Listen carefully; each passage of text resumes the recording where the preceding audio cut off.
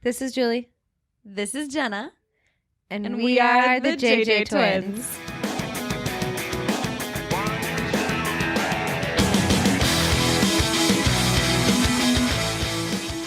We're actually just sisters. So it's just a nickname. Never gets old. It never gets old. Every damn time. I swear. I'm like, one day I wonder when it will. It's electric every time. All right. Lights out. Lights out. Okay, finish up. Okay. Everyone, happy Monday. Welcome. Yes. Welcome. Happy Monday. Reminder, we'll be dropping every Monday. Catch it. We're dropping. Okay. So I'll get us started. We have a special guest with us today. Jenna, break it down. We have Clay Harbor joining us today. Woo! Very exciting. Clay is a former American football tight end, current TV personality. Whoop, whoop, whoop, whoop.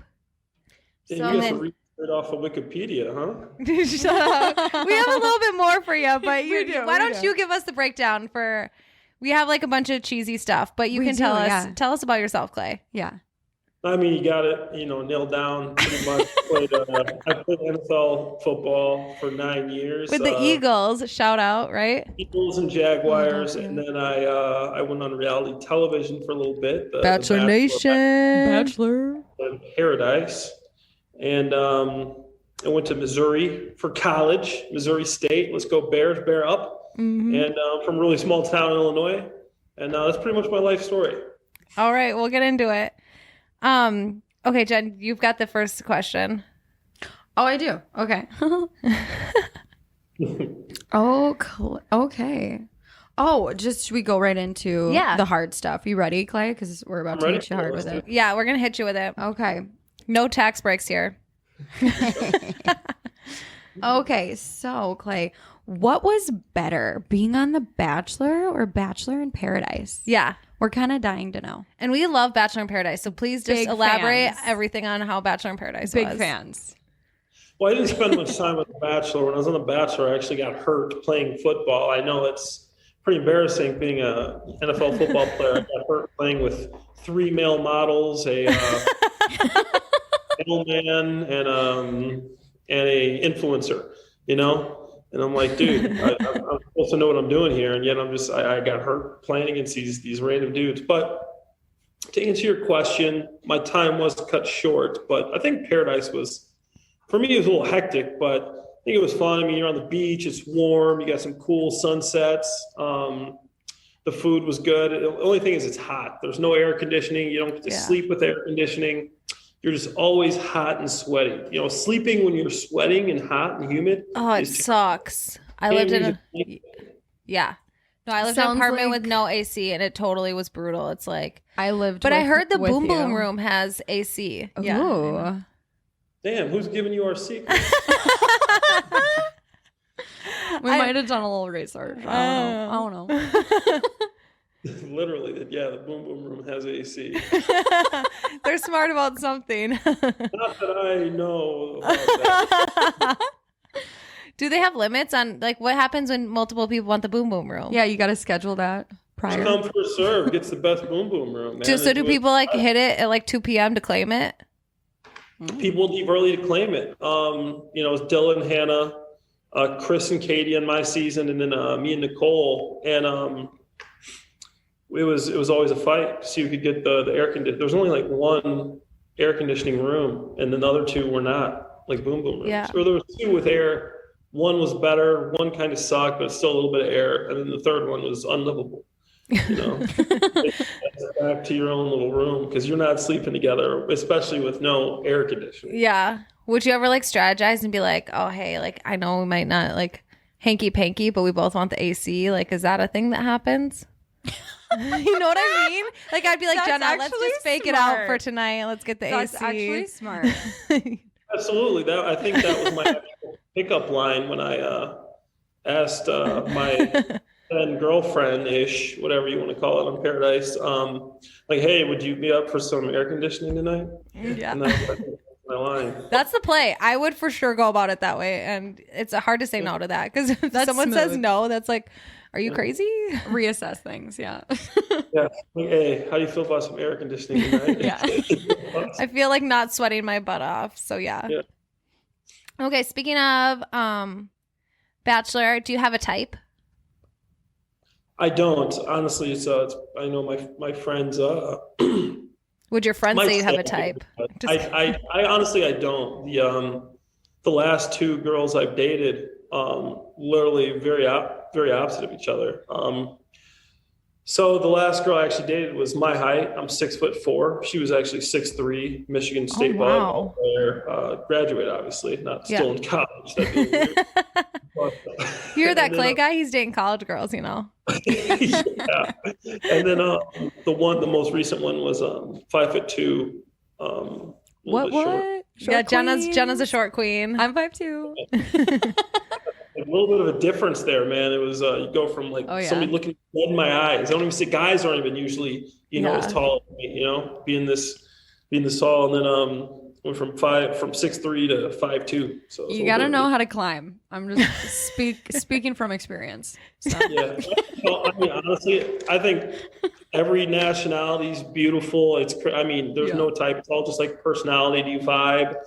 That's how it is for me. Absolutely. Totally all about the vibes. Yeah, stuff in common. Like, can you hold a conversation? Are you motivated, educated? Yeah. Things like that. I want to be able to. I'm educated. I like continuing my education. I like reading. I like dating someone. I want to have a book club. Let's read a book together and talk about it. Oh my gosh, We're love about to that. start a book We club. actually Yeah. are. What kind of any good recommendations? What are you reading right now? Maybe we should add dudes to our book club. We Yeah. never thought about it. Yeah, you want to join our book club? We'll zoom you in. Well, honestly, I'd love to be in a book club with you guys. It'd be fun. It's probably like romance novels and stuff. I'm a nerd. I read like self-improvement stuff. I've been on a big habit and routine kick. So I just finished 7 Habits of Highly Effective People.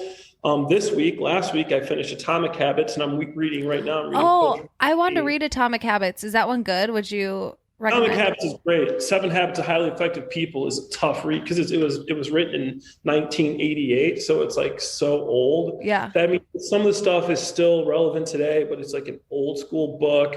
You got some good stuff in there, but I'm like, dude, like this stuff, like it's like the 80s. This guy was talking about the 80s. I'm like, The work bro, culture was totally different then too. So different. So you didn't even have cell phones, Yeah. So come on. How do you feel about Brene? Oh, how do you feel about Brene Brown? Yeah. Oh, I love Brene Brown.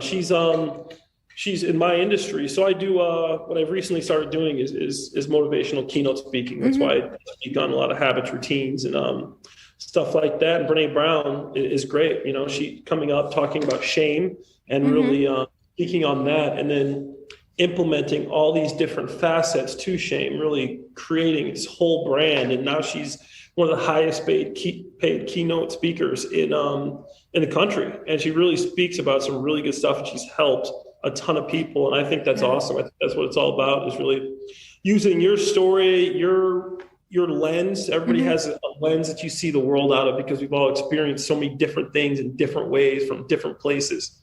And I think she's done a great job. I'm sure this podcast is going a little bit differently than you guys probably expected at this point. No. Actually, we have that on there. We're happy to talk about. It's just Yes. we had it segue different. No, this is what we definitely want to talk Brene about. Brown. So We love, our absolutely. mom's really into the like self-help, get better, no shame. I feel like 2022. we grew up in a household full of like that kind of stuff. So like it was never. we just soak it up. It was never like, what are you going to do this summer? It was always like, this is the summer of transformation. Yeah, Like, yeah, it how was are you like- transforming? How are you doing this? How are you doing that?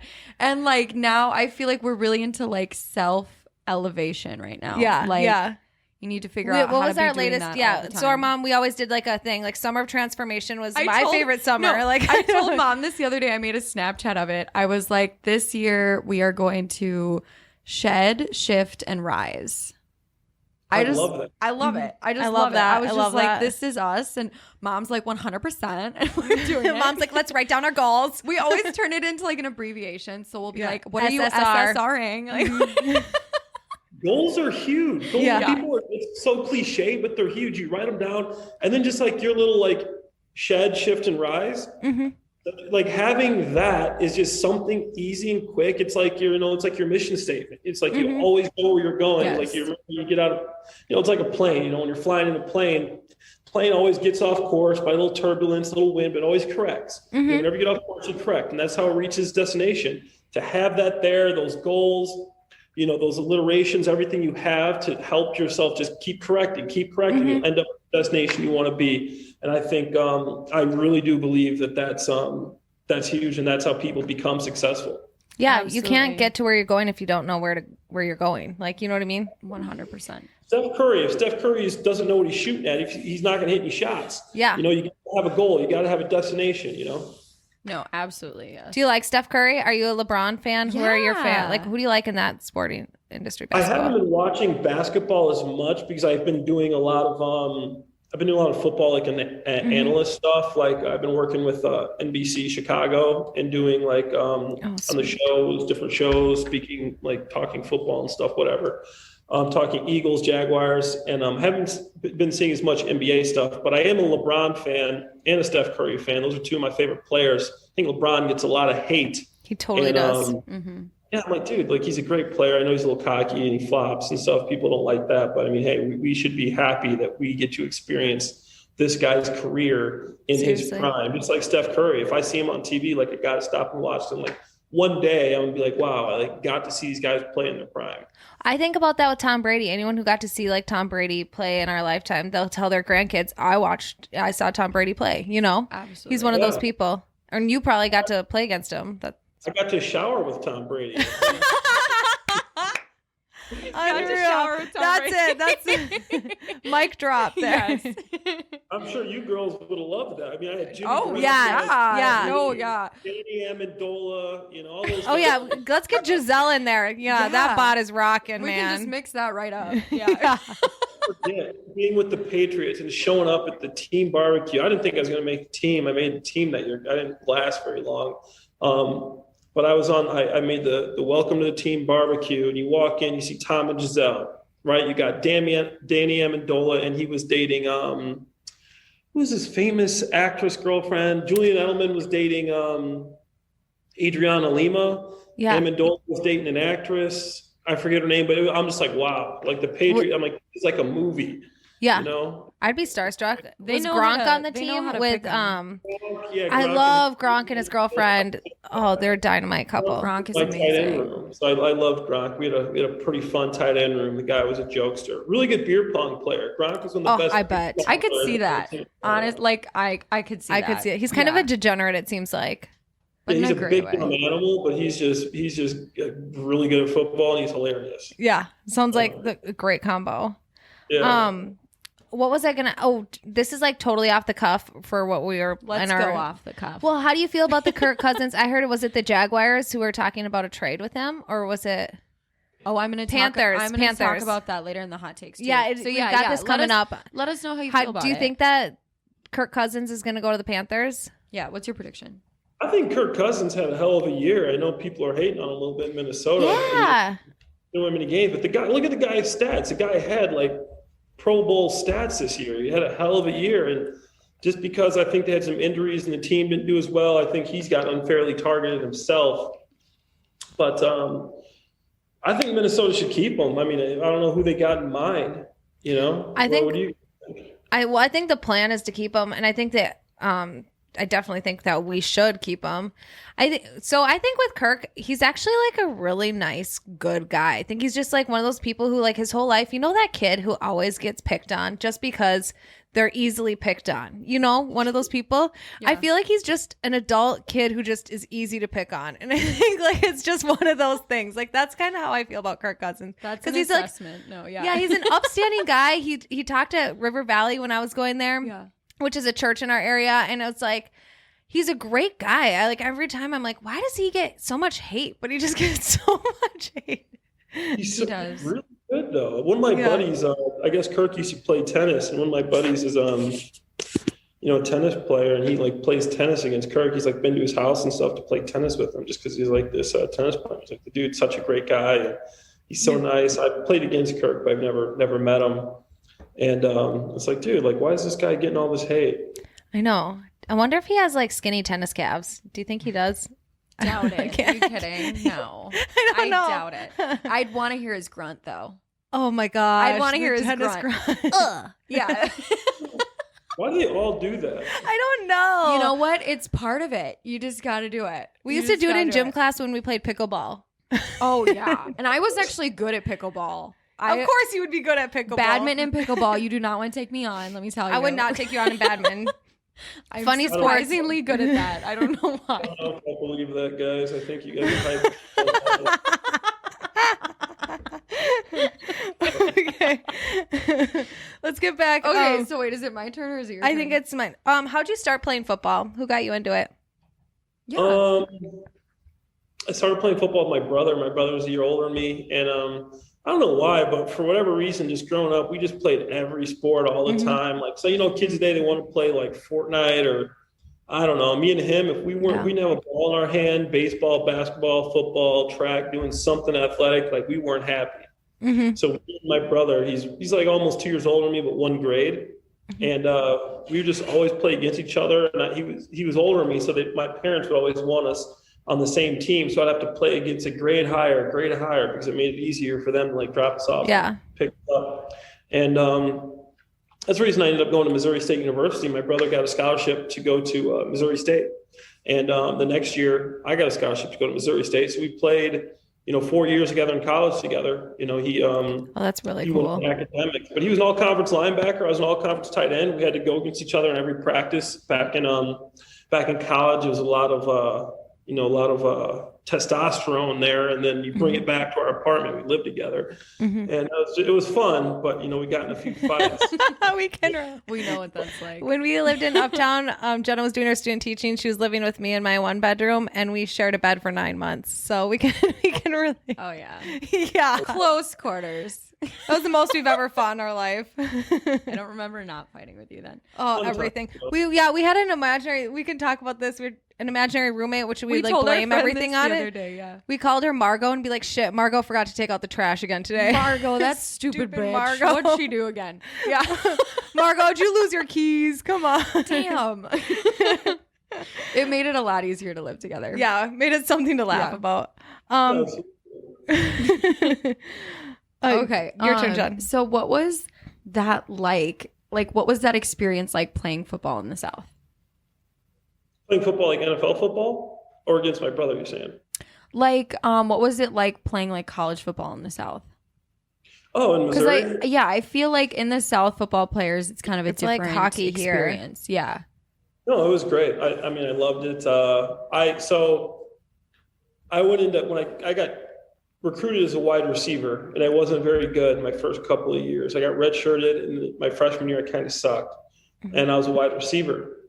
And I honestly got bullied. I was getting bullied a lot. I was like, dude, I don't even know if I want to do this shit anymore. I'm like, dude, football, it's like not for me. Like it was tough. Like coming to practice, these linemen, these offensive linemen we had at Missouri State, where it made my life miserable. I used to hate coming to practice. My brother was like, dude, you're coming. I'm like, dude, I'm done. I'm like, I'm not doing this anymore. I'm going to transfer somewhere else. I kept coming. Then 2 of our senior tight ends end up getting hurt. And the coaches are like, oh, Clay, you're our biggest wide receiver. We're going to need you to move to tight end. And I'm like, are you fucking kidding? Like, I'm like, these guys are disrespecting me even more. I'm like, now they're making me move from wide receiver to tight end. So I almost quit there. I almost quit. I was like, dude, I'm done with this. Talking to my brother, he helped me keep coming. And then I went to practice and I started playing tight end. And I'm like, wow, like this shit is easy at tight end. Wide receivers, if you guys know football, fat, like skinny guys that run. I was always a little bit bulky, big wide receiver.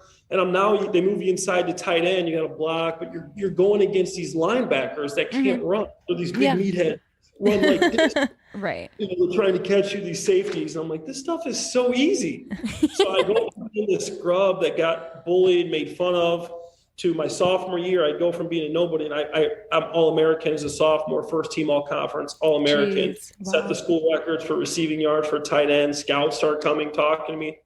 Coaches, players, everything changed in that year. Junior year, gained a bunch of weight, got better. Scouts started coming around, and nobody got drafted from Missouri State in 16, 17 years, something like that. My senior year, gained more weight, finally learned how to block. And I had a hell of a year, if I could say so myself. And I ended up, absolutely, hype it up. Yeah, pump those tires. I led the nation in receiving yards for a tight end. Holy cow! And drafted early in the 4th round of the Eagles, a first draft pick in 17 years from Missouri State. And like looking back, I'm like, man, dude, I was a scrub, like that hated coming to practice. By the time I'm a senior, it was like a movie. I'm the big man on campus, like walking down the campus, like people like, oh, that's that tight end. Like the players all looked up to me, like the young guys. And I made sure, I remember how I felt when I got bullied. And these guys, like, I'm like, dude, I hated this. I wanted to go back home. If I saw anybody bullying anybody, I'm the team captain now. I'm chewing their ass out. I'm like, we don't do that here. We don't do that. Yeah. We don't do that anymore. No, everybody's like, he can get better. I was terrible. And I'd tell like the guys that came in and they sucked. I'm like, dude, it doesn't matter. Like, trust me, I was in your position.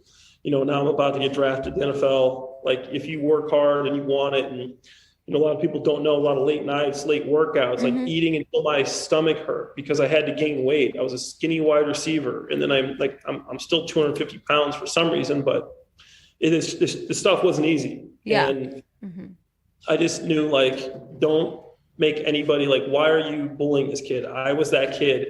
And I just, like, the experience just was a complete switch, a 180 turn for me. It was crazy.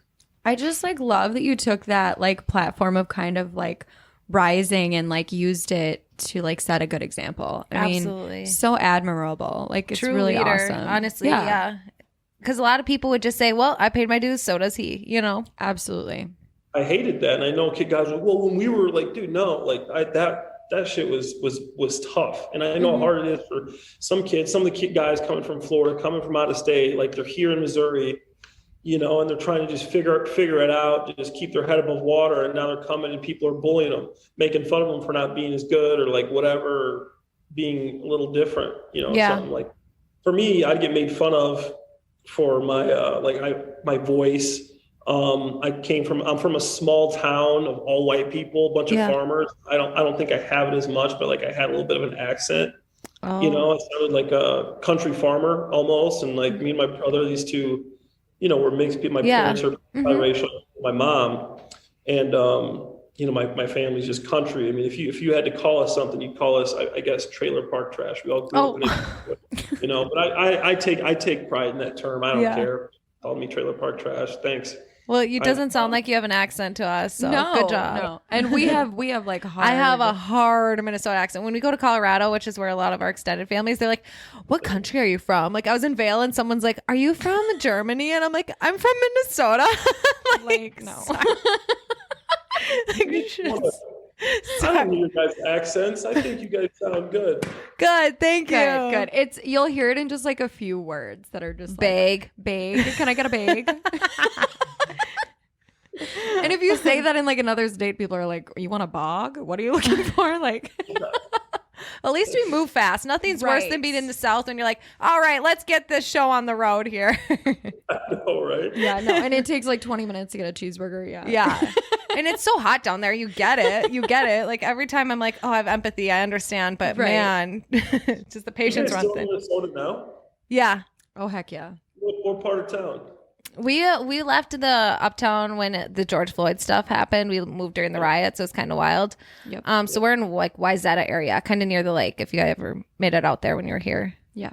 I don't think so. I've spent more time uptown down like Cowboy Jacks and Cowboy Slims. Yeah. We used to live like 2 blocks from Cowboy Slims. Slims is like no longer, I don't think. I don't know if Slims Uptown got pretty nasty during all the fires and riots and everything. Unfortunately. That's too bad. It was a fun time, man. I used to love it out there. Oh, it was a good time for sure. And North Loop is still pretty decent. Pretty poppin'. Yeah. Punch Bowl or the Loop? The Loop, yes. But I love Punch Bowl Social. Yeah.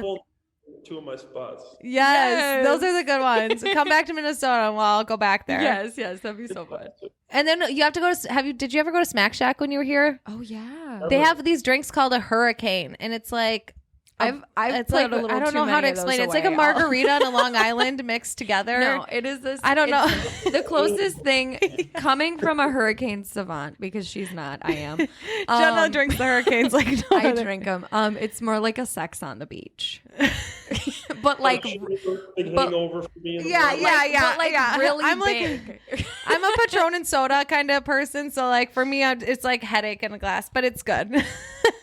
It's Still unforgettable. out there? Is Freehouse still open? Yes, yeah. We were just talking about how Freehouse has like one of our favorite pancakes compared to Such a good brunch. We spot. brunched somewhere else and we're like, oh, yeah, Good blood. yes, they do. Absolutely. Oh wow, I'm getting hungry now. I really want bacon. I know. Last episode we went like on and on about Wendy's, and then we were all like, the Frosties. We finished at like midnight, and we were all like, "Damn, we need to go to Wendy's." Okay. No. I know we're big Culver's fans. Have you ever had Culver's? I'm not a big Culver. I'm not a big fast food guy. Oh, yeah, we've seen your 6-pack. No, yeah, we got it. We got it. If you get lucky, I'll show you guys. Tom Brady shower style. Maybe I'll give you guys a sneak peek Little over here. sneak peek. Oh yeah. Little preview. Preview. How about this? When we send the merch, do a strip tease. Yeah. It'll be a nice teaser clip.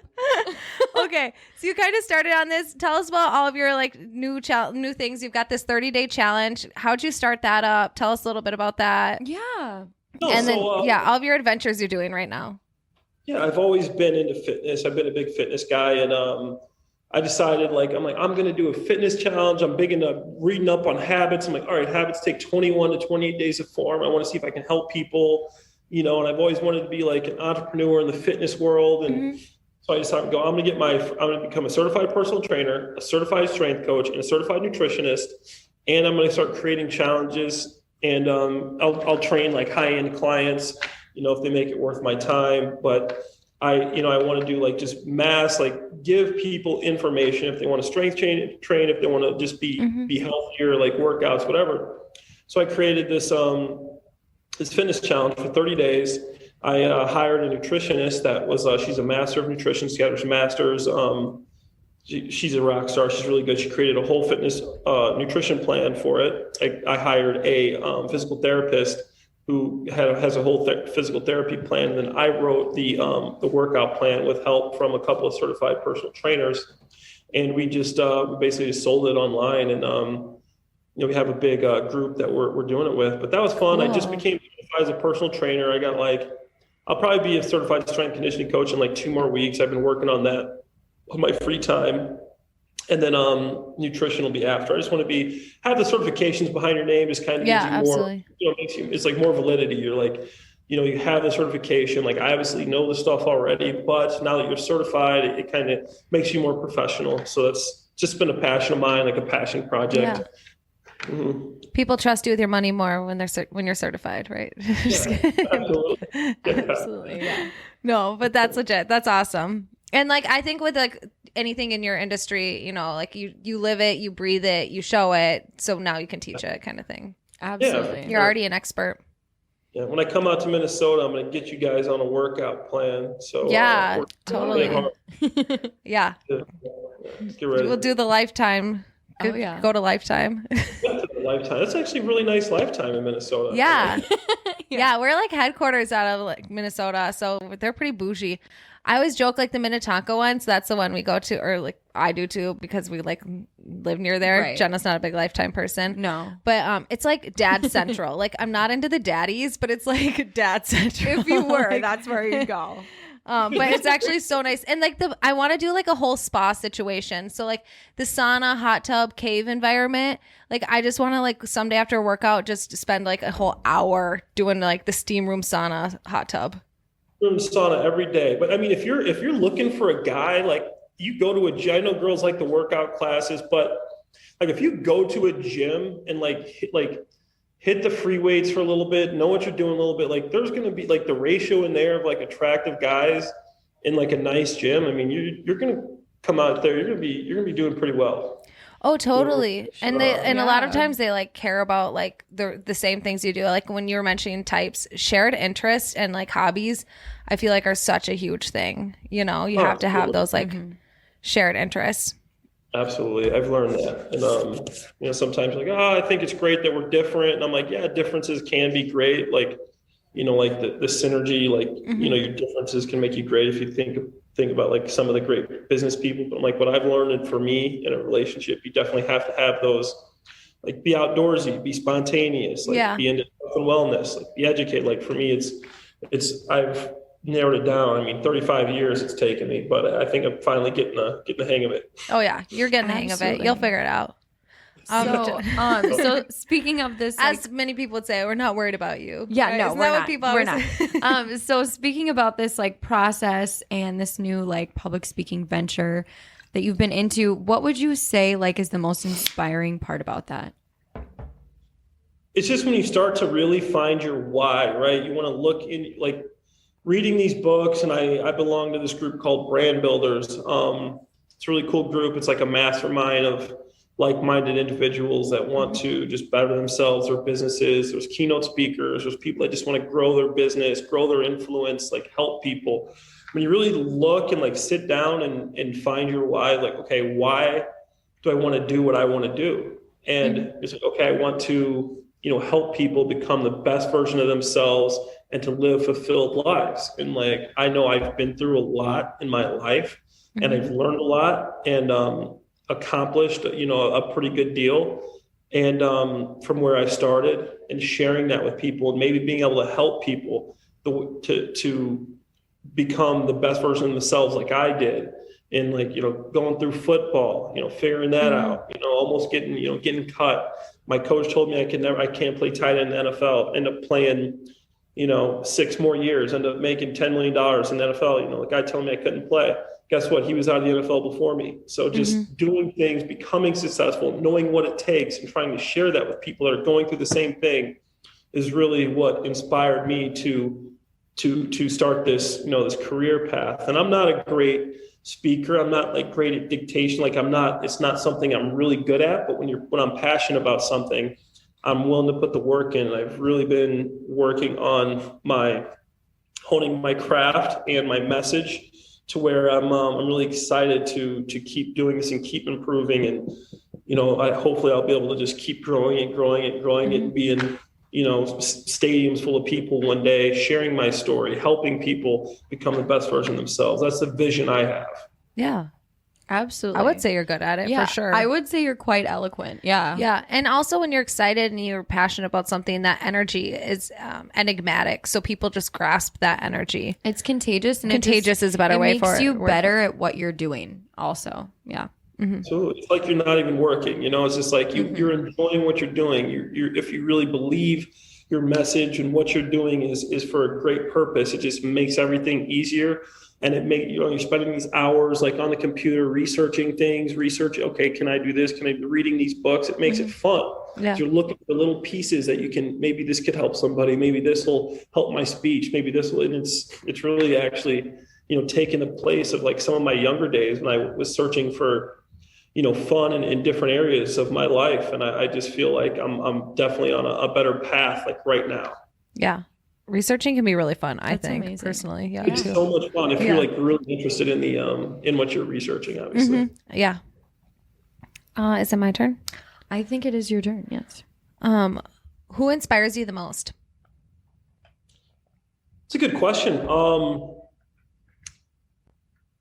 I don't like to compare myself to other people, but I have some friends and family. Like my brother has always been a really big inspiration for me. He's because he's came from the same place I've came from. I feel like I almost had a cheat code because I was able to reach the success through football, which isn't a cheat code. It took a lot of hard work, but I mean, he did it the hard way. He's got 4 master's degrees. He was the assistant director of academics at the University of Colorado for a number of years.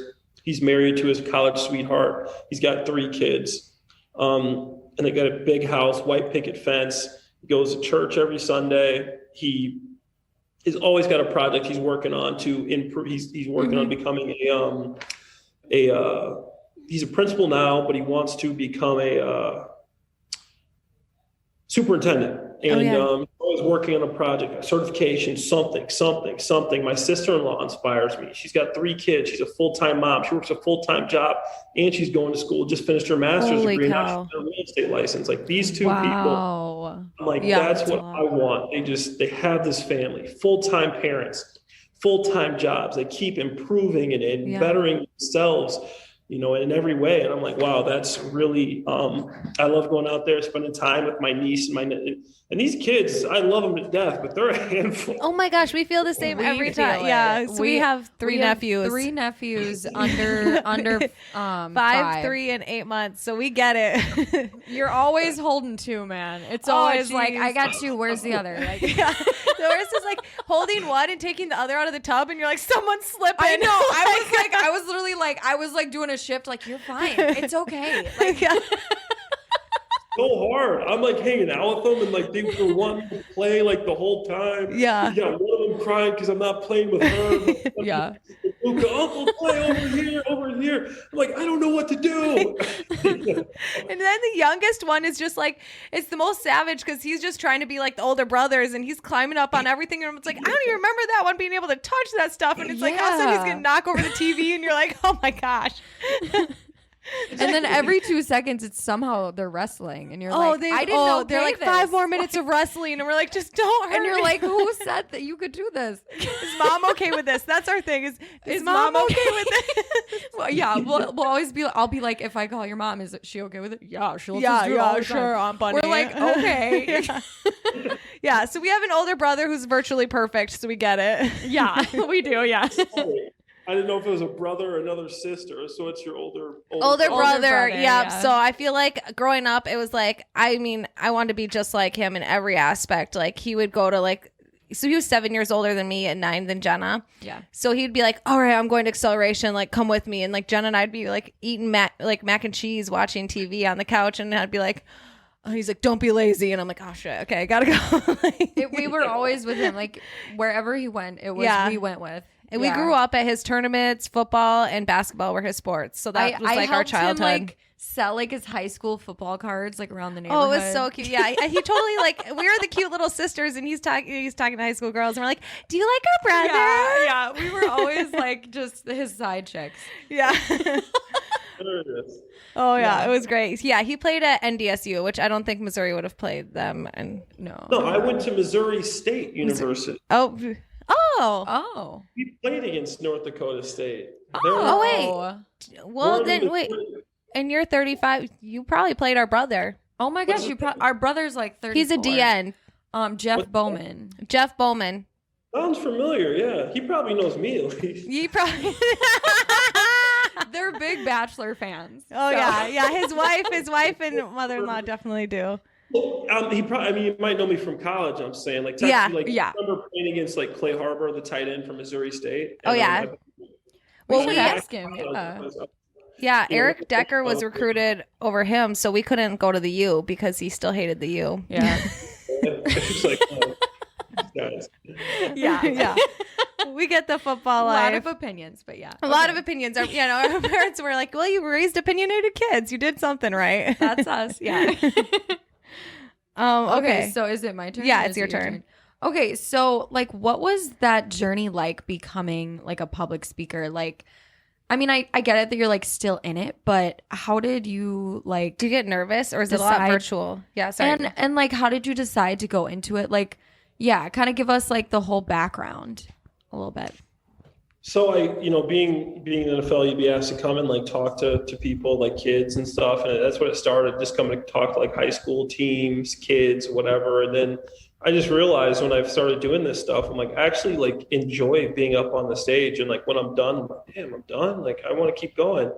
It's like that's always when you know it's good, when you feel that way. Yeah. You enjoy, like, man, I want to keep doing this. I want to keep talking. I'm like, wow, this is something I think I would enjoy. And then, didn't do it for a while. Then I got back into it with this brand builders thing and started getting gigs. And I'm like, wow, this could grow really fast. And like, I do like, looking outside the box and like looking at my story, which I've never really done before. I'm like, I do have like a pretty crazy story that could help people, like influence them to like to be confident in where they came from, you know, to where like I came from and stuff. I told you guys like growing up in a trailer and stuff. And, you know, I didn't have a bed till I went to college. Neither of my parents graduated high school. You know, we were just extremely poor and, you know, first generation college kids and almost leaving college. It's just like everything was a struggle and just like so close. And I just realized like all these small decisions, it's like, wow, these little small decisions like made my life. Like everything, it could have been so different with just, I'm thinking at the time, it's not a big deal. Like these little decisions make the biggest impact. And if you have the right habits, routines, and you make the right decisions, like there's like the trajectory of your life can just take on like such a crazy, like exponentially, you know, different path than what it could if you make like the wrong decisions and don't have these habits and routines. Yeah, absolutely. Wow, that's incredible. That do you feel like you'll write a book? Yeah. Oh, great question. Yeah. I mean, I've already got my title and everything picked out. I was gonna ask, what's your title? Can you share? Yeah, I'll share it. Just don't steal my title. So I got no.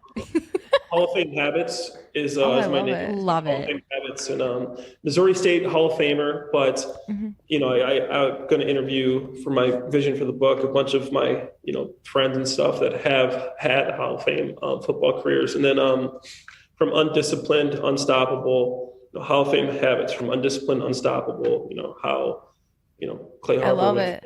I'm telling you right now, I'd buy HOH. Yeah, I would buy in too. 100%. Can we get signed copies? Yeah, that's the true question.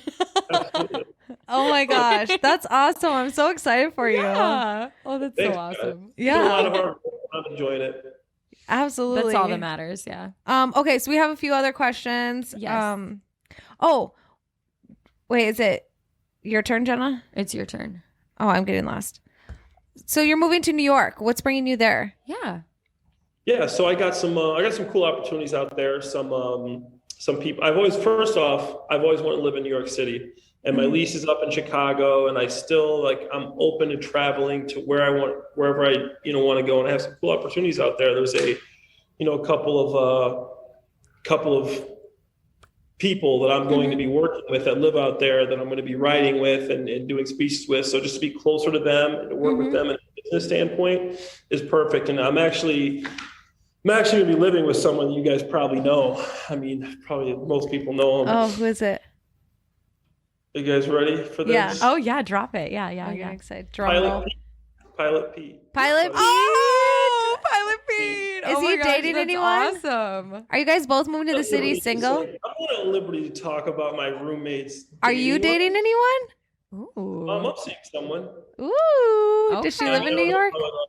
I don't know how it's going to go, but no, she's it's casual now, but I could see it becoming something more serious. We're both motivated, and she's very driven. I think we're just at very different parts of our lives right now, so it's making it difficult. She lives in Chicago, and I'm moving to New York in a week, so it's going to be hard. But we'll see what happens. I think that'll be telling. If you guys, if we're in different cities, that's always a good test. Yeah.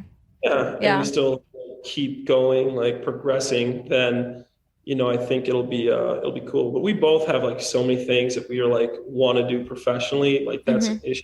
I know it's we're both very driven and motivated people that whatever opportunity arises, we've talked about, I was listen, I don't want to hold you back anyway. We'll just have fun and figure out the rest later. Yeah, absolutely. Yeah, that's how it works. And that's then sooner than later, usually anyway. Yeah. 100%. Okay, so is it my turn? Is it your turn? Yeah, you can go.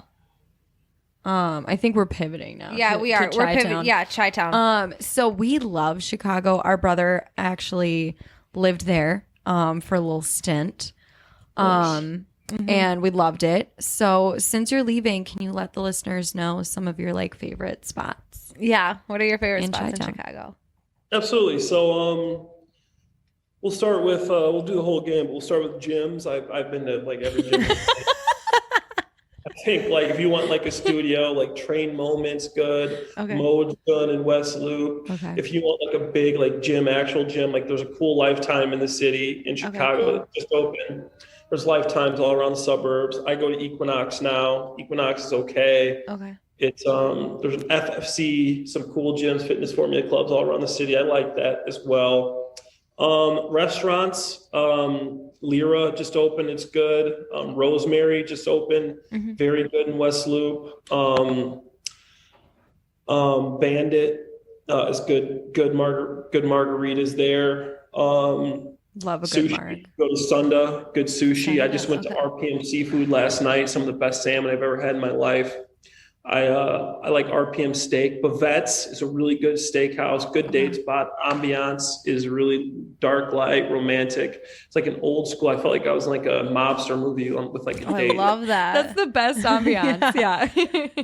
Blue Violet. It's like in Wicker Park. It's like the same thing. You walk in, it's Yeah. dark. It's like a violet light. It's like really cool ambiance and atmosphere. Have you been to Maple and Ash yet? Yeah, I go to Maple and Ash a lot. I mean, that's very sceney. I'm not the biggest fan of Maple, but if you like want to go out, it's like in the Viagra Triangle. You're looking for a sugar daddy. You can go there. It is a plated dinner, yeah. Cameron Rush, Maple and Ash. Oh my gosh, You're that was looking so for funny. Absolutely. Bars, I think the new upcoming bars, like nights and weekends in West Loop is like popular now. Bandit, upstairs of Bandit's like a club now. It's popular. My friends own the basement in the Hampton Social. So We love that place. Oh my gosh, yeah. we love Hampton Social. Happy Camper. My buddy owns Happy Camper. I'm there all the time with him. Joy District, if you're looking to get ratchet. yeah. in the club, We've had some nights in the Joy District. We actually have, yeah. Big and Old Town. Old Town's like a young, Yeah. like Yeah. 25-year-old type hangout spot. The Vig, Benchmark, remember the Vig. LP's like in that part of town is really fun. And Lincoln Park is like the college kids hanging out there, like hook and ladder. I've been in Chicago for a long time. Yeah. You can tell. Have you been to the new Barstool Bar? What's that like? Oh The yeah. bar, it's cool. It's a cool spot to watch a game. Your alarm's going off. I went there with Grocery Store Joe a few weeks back. Is he still with what? Who is he with? Serena, yeah. Serena. well, Serena, yeah. Tomorrow or Saturday, me, Joe, Serena, Kenny, and Mari, and I'm. Oh, cute. Yeah. Fun. I just went to Federale's. I think I said that right or wrong. Federale's last time I was there. It used to be the spot, but now it's like kind of dwindling down. Back in the day, like Feds, there was like no bar funner. You go outside, it was like a sunny day in Chicago, throw some ice shots. Yes. Like, fun. Like Parlor Pizza, the Feds, like we'd walk there. That was some good times. Oh, like yeah. Feds. Oh yeah. Oh, I love Chicago. This makes me want to go to Chicago. We do. Big time. Summertime shot, you guys gotta visit it. Yeah. Yes. When you're here, you have to go to Billy Sushi. When you mentioned sushi, I don't think it would have been open when you were here. It's so good, yeah. There was a Mexican place that was really good out there. It was like Asian fusion, like Mexican. I don't know if it's still there. When I played the Vikings, I remember. The Crave? Was it Crave? Rooftop? No, I used to love Crave Rooftop though. I know Crave is fun. Yeah. Oh, Mexican. I'm trying to think. I'll try to think of the name. It's not like Colita, is it? No, I think it's older. My buddy it was his favorite. We'd go there every time I was in town. Literally every time. It was like the. Was it in Uptown? Was it the Lotus? No. Do you know where it was? Was it in Uptown or was it like outside of Uptown? I'm not sure. I'll Think on it. We'll circle back. We'll circle back to that circle one. back. It'll come back to us. Okay.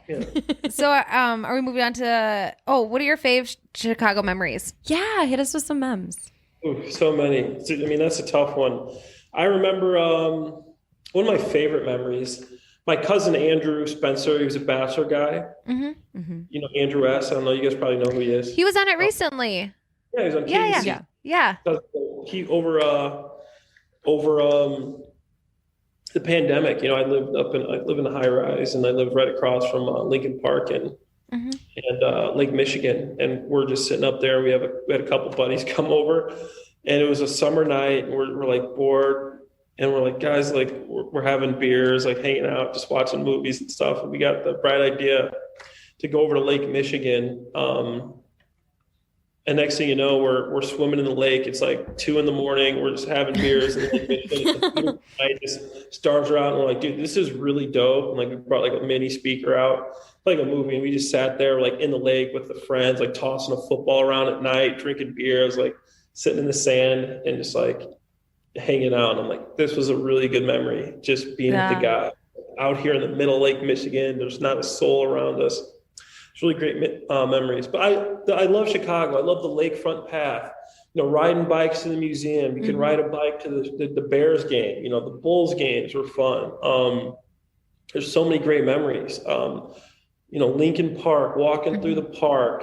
You know, you're going to Navy Pier.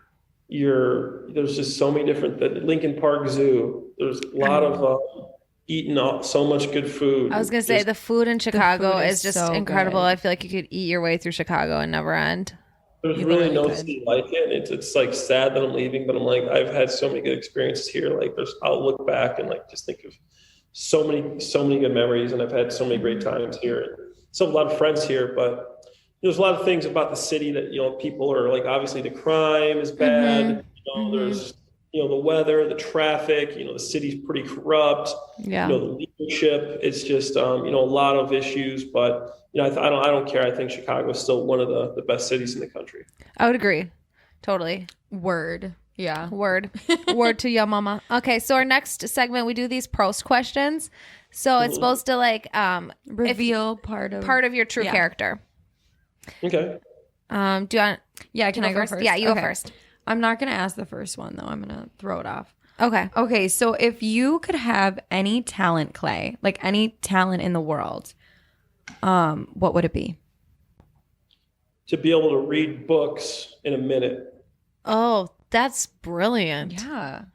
Wow. I think that's really the most insightful answer to that question I've like ever heard. Yeah, I would agree. Bravo. That is awesome. Like if I could just like read a book, it's like you know, like look through the pages and you're done. Like, that would be incredible. You know how smart you'd be? Yeah, you would just infuse it into your head. That'd be incredible.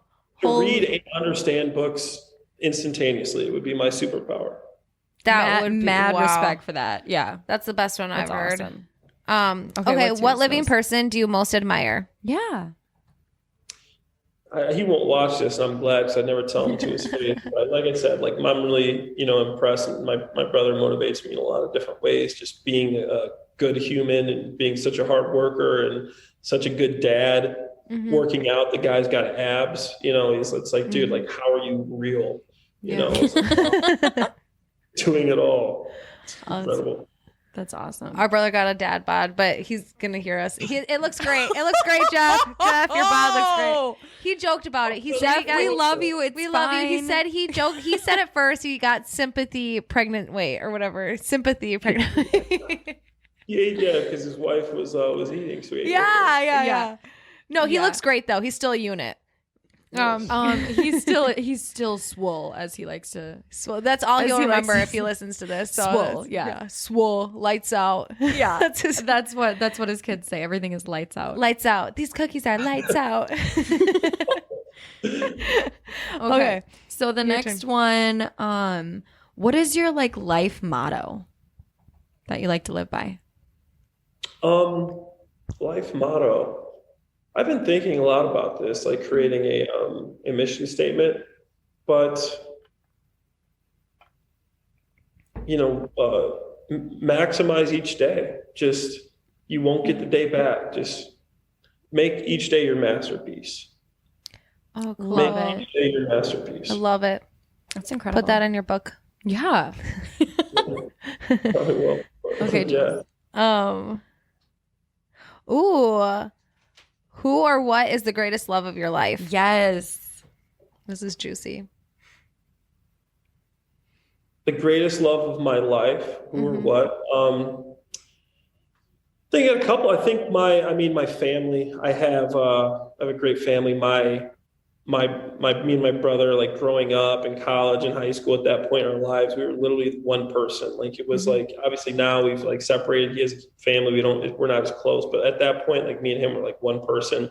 My grandma, she was just incredible. My mom was going through some issues, and she was raising all of us in our trailer, like me, my brother, my cousins, and like she would be at my game, she'd be at their game, she'd get us all to school. You know, sometimes we'd have to sleep on the floor. She'd cook food for all of us. She was just an incredible woman, and I loved her so much. And she was an inspiring person. She just cared for so many of the grandkids. My dog. I had a dog growing up. His name was Sammy. I know a lot of people had dogs growing up, but I really feel like me and him had such a connection. He was literally like a brother to me and my brother. And he was so smart. You'd walk without a leash. He was a black lab. I mean, he's living with us and he's small ass. We take him out for runs and walks and every day. And he was like a human, it was like a person. I loved him so much. His name was Sammy, black lab, him. And, I mean, my mom too, like my mom's been through she's had some ups and downs, but like lately, like her later life, she's really like, she's been at the same job for like, what's up, B? I think it's you. It's okay. The future is calling. Oh no, sorry about that, guys. That's No, okay. that's okay. It happens. But yeah, my mom too, she's been through so much and like she's such a strong person and like she's incredible, and I mean me and her have a great relationship. And that's why I work so hard. Every time like I'd be in the middle of football, be like, I don't want to do this. And I just tell myself, I'd be like, your mom, you need to do this for your mom. Oh, That's That was really always sweet. that's beautiful. Yeah. You're such a good inspiration of you are never what you come from. Like Absolutely. it's always where you're going. Absolutely. Don't have to let it define you. Mm-hmm. Okay, so you can Should we explain it. Yeah. Slide into underrated, overrated? Yeah. Okay. So we kind of do a little underrated, overrated. It's like a little game. And so we'll just like kind of hit you with some stuff and you'll decide just right away if it's either underrated or overrated and then tell us why. Yeah. Okay? Yeah. Okay. So should we do all of them or should we? I kind of liked all of them. Let's do all of them. Yeah. Okay. I'll start. Okay. Deep dish pizza. What are you thinking? Overrated, underrated? Overrated. Ooh, hot I take. agree. Okay. Explain yourself. I mean, if you have it once, like you come into Chicago, you want to have it. I mean, it's good that first time. It's not like people in Chicago aren't going to get deep dish like once a week. You're going to get deep dish when you have somebody in town that wants to try it. I think like thin crust pizza is actually my preference, and a lot of people from Chicago would agree with me. Yeah. Absolutely. Hot take. Chicago has like some of the best thin crust pizza out there too. It's up there. Oh, See, yeah. Pequod's Pizza, the oven grinder Pequod's Pizza is incredible. That's one of grocery store Joe's picks. Pequod's, he put me on that. And I'm like, dude, this stuff is incredible. Oh my gosh, that makes me want pizza. Yeah. It really Okay, does. speaking of grocery store Joe, The Bachelor, overrated, underrated? The Bachelor? Yeah. The franchise. I think it's overrated. Ooh, hot Yeah, take. I think it's become, like, honestly, when I went on there, I had a private Instagram as an NFL player. I didn't even accept people. Like I honestly did not know anything about an influencer making money, posting stuff. Had no clue. Now it's like it's just become like people just wanting to like try to portray themselves in some way so they can make money off of it. And really gone away from people that actually want to find someone and have like good careers and are actually like eligible bachelors to a bunch of kids just looking to make money. I think it's a cool show. Like I know I'm a part of it. I don't want to like badmouth The Bachelor, but I mean, you look at the odds, like the statistics of like some of these people staying together and like proposing and like how they try to push these people to propose instead of just to date and meet someone. And maybe you don't have to leave in a relation as a engaged, maybe you date and you work on each other's relationships, build a real relationship instead of like pushing these people so hard to get engaged, to get married. A lot of it's unrealistic, unrealistic time frames. And then I know it's entertainment, it's a TV show. So you got some people, coming on to try to, become famous or something like that. So I think it's cool. It can work for some people. It has. We've had kids from The Bachelor. There's been couples that have stayed together. But I think that if you're looking at it in terms of, is it as successful for the point of the show and creating couples and love? And it's hard to say that it's been successful that way if you look at the track record. But I don't like the way sometimes they'll try to portray people in a certain way and make them look bad. And that stigma will stick around for people throughout a lot of their lives.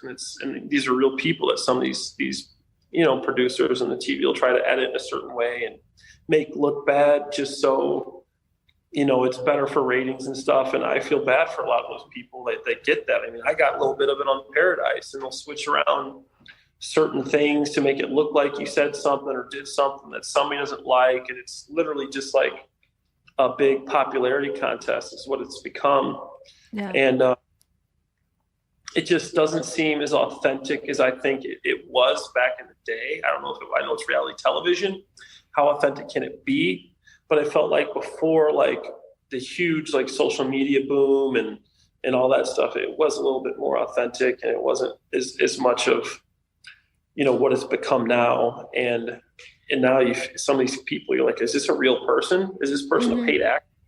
Like, is this like? Yeah. No, it does. It does. Like that sometimes. No, I totally agree. I remember when we were younger and it first came out, we were like, this is so cool. And we were like cheering for these people to find love, it was like Trisha. It was likable characters, yeah. or not characters, people, likable people. And it was just totally real and relatable. Now it's, like you said, become something so crazy, And I feel like it was good that it's like people were a lot like the viewers.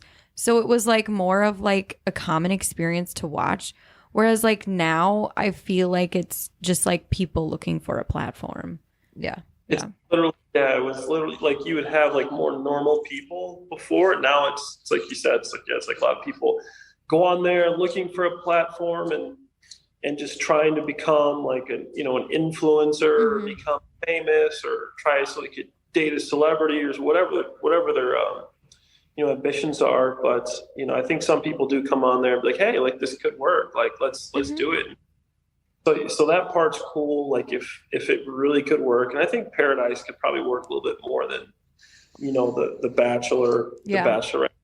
The odds are a little bit better. We're big Paradise We're fans. big Paradise fans. Yeah, it's fun. We joke, we're like, we'd go on it to go on Paradise. Paradise for sure. But on the note of Bachelor, this is not a part of the overrated, underrated. Yeah. How do you feel about being a part of Bachelor Nation, like as a whole, like the community aspect of it? Like, what are your takes on that? Yeah, break that down for us. I think I don't mind being a part of Bachelor Nation. It's definitely something that I've done.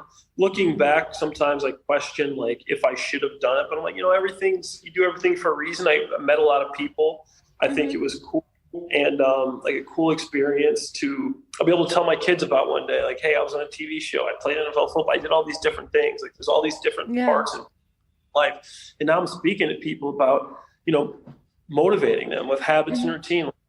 Done so many different things, and it's like a cool part of my life that I can talk about, but I don't. It's weird because people, sometimes you meet people and they see you as this guy from like, oh, you're that guy from The Bachelor. And it's like, yeah, I was in The Bachelor for like 6 episodes. Like I've done so I graduated years. I was All-American, like things that I really am proud of. I played NFL for 9 years. I've created this business, I've done this, and it's like, you're just that guy from The Bachelor, blah, blah, blah. And they think they know who you are throughout what they saw on some edited show.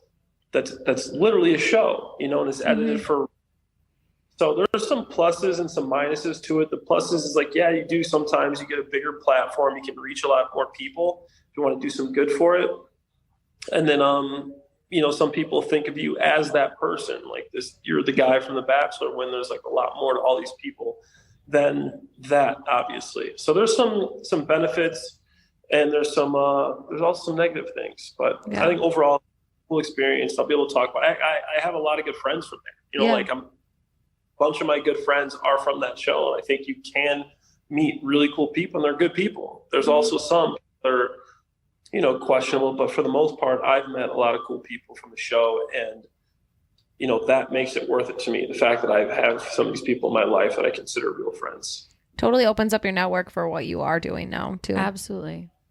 Yeah, definitely. Okay, so sliding back into the overrated, underrated. Okay, so what about the Midwest? Overrated, underrated? I think the Midwest used to be a little bit better, but I don't think it's I think it's underrated. I don't think the Midwest is given enough credit. I think we have some great cities here.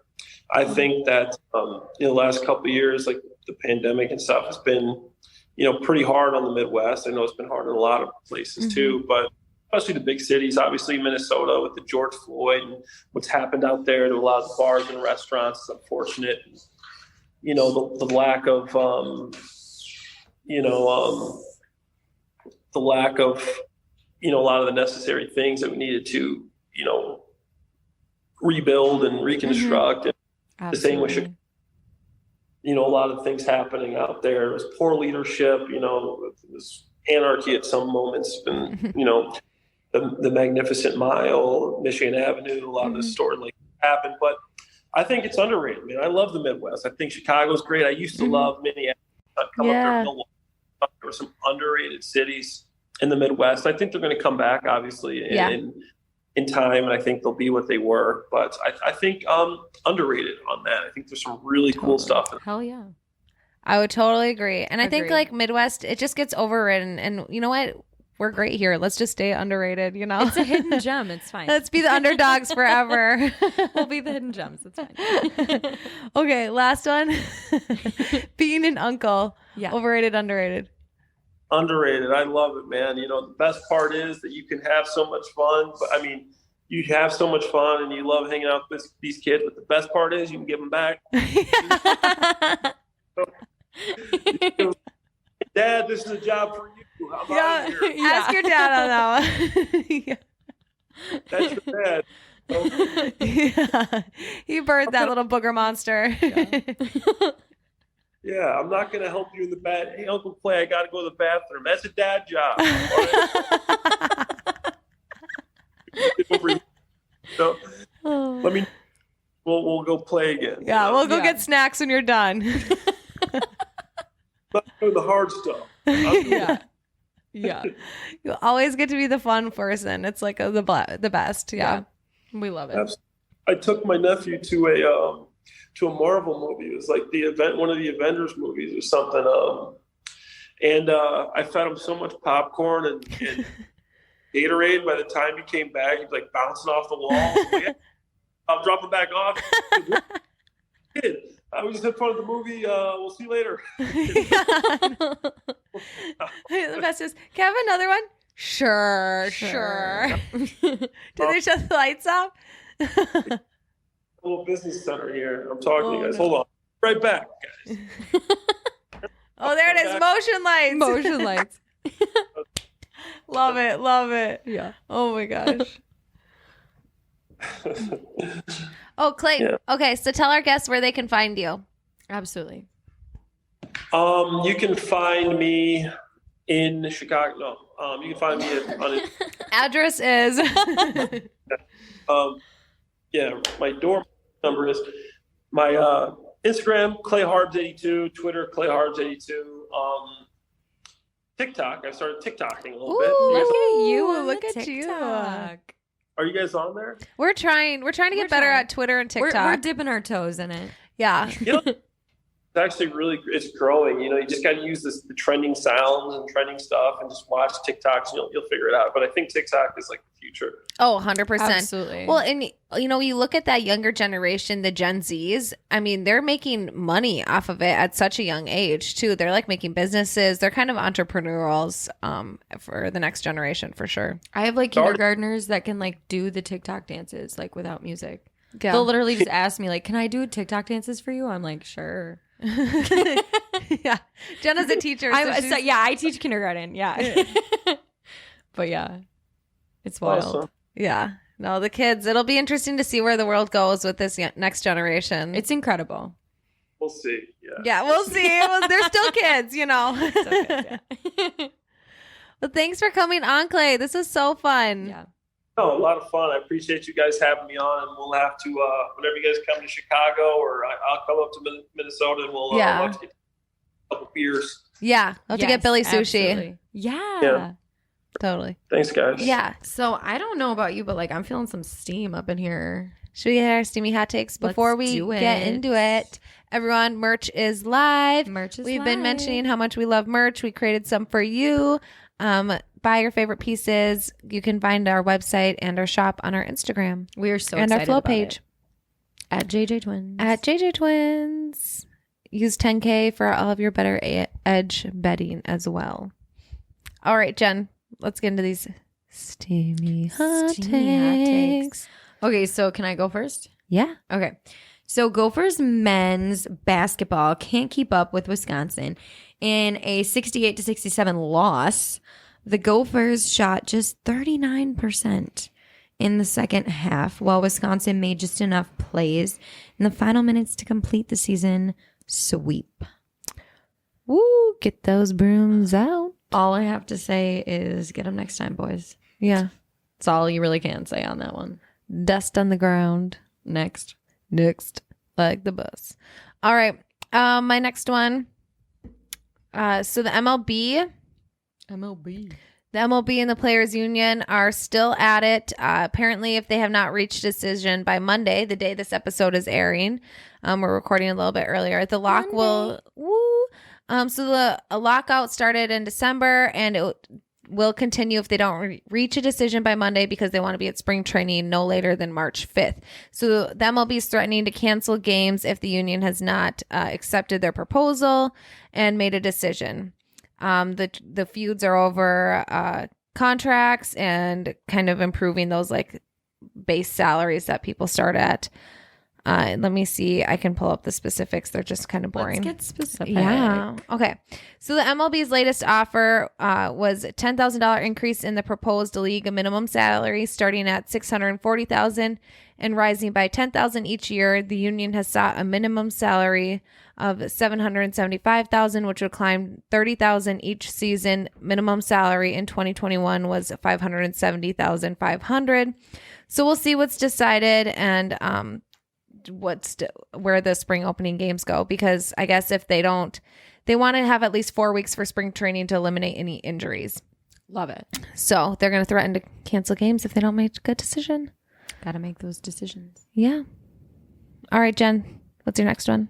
Okay, let's ride into Capo Kakinen. Capo Kakinen. Can we just get a moment? Capo Kakinen. Get you some Kraken. So Capo Kakinen will start for the Wild. Never gets old. Okay, so Capo Kakinen will start for the Wild against the Maple Leafs on Thursday as an informal rotation with Cam Talbot continues in the net. All I have to say about this is the net is open, boys. Ooh. Every time I hear Maple Leafs, it just makes me want syrup. Oh my, me too. Never fails. I like immediately picture someone just getting sap out of a tree. Yeah, and then I want bacon. It's unreal. French toast, why not? All right, yeah. It's roster dumping time. Here's a look at some of the popular, noteworthy upcoming players who could potentially be on different teams next season due to trades or salary cap hits, or cap casualties. Whoops. It's late. So there's talk about Kirk Cousins being poached by the Panthers. Jenna's going to touch on that a little bit later. I've heard opposing views so that Kevin O'Connell wants to build the team around him. So we'll see where that goes. Aaron Rodgers, fan favorite Green Bay QB, Deshaun Watson with the Houston QB. Why is it way more fun to say Deshaun that way? I don't know. Carson Wentz, Indiana QB. Amari Cooper, Laramie Tunsil. Laramie. I said it right the first time. Laramie like Jeremy. Tunsil, Houston, offensive tackle. Okay. Zadarius Smith. Jarvis Landry. Oh my gosh, you're gonna literally blow out I my know, headphones. and I know it's Jarvis. So, I just wanted to say so bad when you Jarvis. Trey Flowers, a few others, but I'm just touching on those ones because they were the most fun to say. And I know Jarvis is Jarvis. It just sounds better as more fun Jarvis. to say Jarvis. Okay, well, thanks for touching on that. You're welcome. Next, that honestly brings us to the Kirk Cousins trade and that subject. So basically, it comes down to this. A trade with Carolina makes no sense. Mm-hmm. This is what I think. And by extension, a trade with Cleveland doesn't make any sense either. The reason is that if the Vikings, they stated their goal is to be competitive in 2022. So deal with either of those teams would just be plain foolish. And in my opinion, let's not be fools. Well, and I read that Kevin O'Connell wants to build a team around him, so I'm a fan. As long as he doesn't get poached, then I mean, we can do that. And let's be real, we can't afford to lose him. So yeah, for real. So I hope he's not going anywhere. That's my take on that. All not right. ready. We're not done with him yet. Heck no. Keep him here. He looks good in purple. Hell yeah. Phil Mickelson apologizes about his comments on Saudi Arabia, stating that he is taking a lot of time of self-reflection and growth, and he apologizes to anyone he offended. Good move on that. Original quote was, they are scary mother blanks to get involved with. He was talking about their take on human rights and how he doesn't agree with how they always treat people. However, he is using this time to apologize to anyone he has offended and self-reflect and grow from this experience. Phil Mickelson, we want to see you doing what you do best. Swing that golf club, okay? Just stay on the links. Stay quiet. Stay in your lane, bro. Stay in your lane. Okay, so speaking of staying in your lane, I'm just kidding. This doesn't speak to staying in your lane at all. But the Wolves are hoping that big crowds become more consistent in downtown Minneapolis. The Timberwolves, I know. So to help fill the seats for the next season, the chief operating officer, Ryan Tank, said the team is not raising season ticket prices for next season and will even be decreasing prices. I love a price decrease. Heck yeah. Inflation's up the yin yang decrease. It is way up. Mm-hmm. Inflation is deep in the yin yang. Mm-hmm. It knows parts of the yin yang that shouldn't be known. Sorry. Okay. And So are we going to a T-Wolves game soon? I think so. Let's invite the yin yang. So what he said is he responded with saying that we think this is such an opportunity. We think it's a multi-year to build and to go and build back our fan base. We know that we've got a lot of excitement, but we know we've also got a lot of work to do. And I'm kind of in. Like, I think this is fabulous. Hit us up for a collab. Let's go to some more games. Yeah, absolutely. I know this felt honestly like a promo ad right now. I know, that right? I just did. Go It's to the fine, Timberwolves games. Yeah, they should sponsor us. I love their jersey revamp. They did a few years. Oh my gosh, love. Okay, should we pop some culture? Let's pop it. Let's pop it wide open.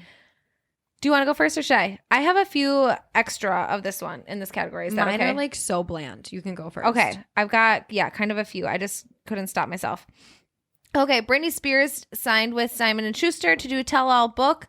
It is a projected $15 million book deal, which is close to the average of people like Bill Clinton and Barack Obama. So I don't know if we're elevating Britney Spears to the level of a presidential status, but her book deal would agree to say so. I'm the just saying, elevation kind of speaks for itself. I know. You know what? Britney's about as unstable as politics and pandemics right now. So let's just, speaking of that though, I am hoping she gets like a little bit more emotionally stable before she goes about writing. You know, that's kind of because you don't want her to for. like write a tell-all book and then 10 or 15 years later look back and think, wow, I wish I were in a better frame of mind when I wrote this. You know what I mean? Like, because she's just so vulnerable and she's gone through so much in this amount of time. It's just a lot. I'm mainly concerned too about like who are the people helping her with this venture and like are they the best people to be in her life? Because I feel like that's been a big problem for her in the past. Yeah, and I think she's just probably shell shocked still right now and Who going through wouldn't all be? of this. Yeah, absolutely. So, I just wish her the best and hope that she doesn't put anything out that she would regret. Absolutely. Okay. Next one, Jen. So Tristan Thompson, like, tell me why the Kardashians are in our episode every single week. Because they're so good at staying relevant. It's unreal. It's They like literally are. They're good at business. It's they're good at fine. being relevant. I don't know. You just used my lip gloss without even asking me. Oh my gosh. Wow. Get over it. Okay. So Tristan Thompson and fitness trainer Marley Nichols gave birth to their son Theo. So this is the chick he cheated on her with. yes. Oh, gross. This is kind of drama because the son's birth certificate surfaced. Also, can we stop normalizing a birth certificate surface of like a baby? Yeah. Why is that did even that baby happening? consent to that? Like exactly. Like why is that? Okay, so maybe okay. Get to it. What's on the birth certificate? Well, in reality, Julie, I bet what happened is Marley probably paid TMZ and gave them that. I mean, hope she got a nice check, whatever. But so essentially, the big news is that Tristan's name is not on the birth certificate. Oh. And so she explains that he was not present for the birth. So he is the biological father. I don't know. I haven't, like, Maybe I don't he was know at if another testing training has session. been done. I don't know if like testing's been done, you know, like paternal testing or whatever. But I think that's interesting that like she didn't put his name on the birth certificate. Yeah. But his last name is still Thompson. Interesting. Very interesting. And also like didn't know you could do that either. It's all just kind of weird. Okay. But yeah. Speaking of the Kardashians, Kanye is releasing his new album Donda 2 on his own streaming device. It is called a STEM.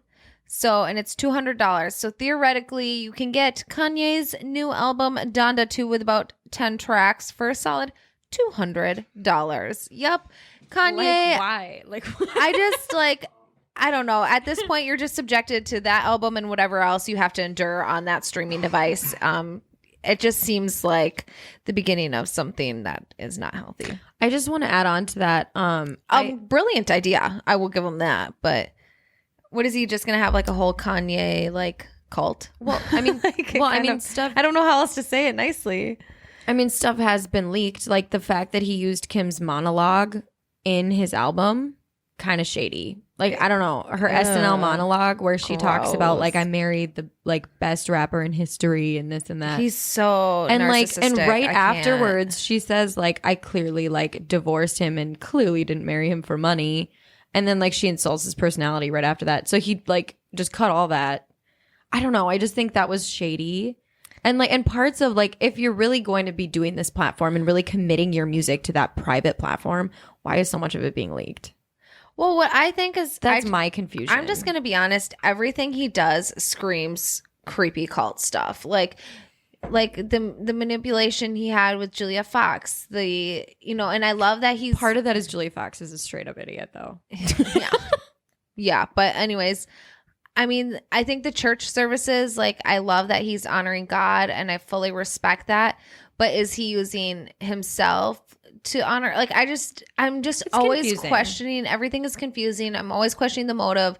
It always feels like something else is behind it that's underlying and subliminal that I'm not being made fully aware of. Like it doesn't feel fully transparent what's happening. And I think that's what freaks me out about all of his stuff. It's like, what is really happening here? Like, and what all is he going to put on that STEM device? Like obviously the people who are going to buy it and pay the $200 are heavily devoted to him and easily influenced and will believe what he says. And so it's kind of like, okay, let me see who's all going to full on support me. What else can I tell them to do? And it just is another way to A, separate people and B, it always kind of has me questioning the motive and what's going on. Or does Kanye just want us to get real deep? I don't know. Because that's what we're doing right now. Okay. Yeah. Sorry. Sorry. Too much. Too much. Sorry. It's okay. I also feel bad that like I feel like we also didn't have like any empathy for. I get it that Marley Nichols, like I get it that she kind of legitimately had the child, but like poor Theo, like I can't imagine like really not having a father at the birth. Like that is so sad. And the fact that he has all the resources to be there is also just so upsetting. And I don't want us to gloss over that. Like that's really... She is the woman, she's birthing his child. And although he had the baby at the, like expense of his relationship, it doesn't make the baby any different. And no, he's that still... poor Marley, she deserves respect as well. Mm-hmm. She deserves respect. You make a really good point. And I think we both share empathy for her. And the fact that I can't imagine that. That's so horrifying. So I hope people don't, gloss over that. And I want everybody to know we didn't. Good point. Okay, next one, Jen. Yeah, okay, this is actually sorry for getting so crazy with the Kanye. It just freaks me out. I got deep with the Marley thing too. Jeez, the Kardashians. We're just swimming tonight. It's okay. We're in the deep waters.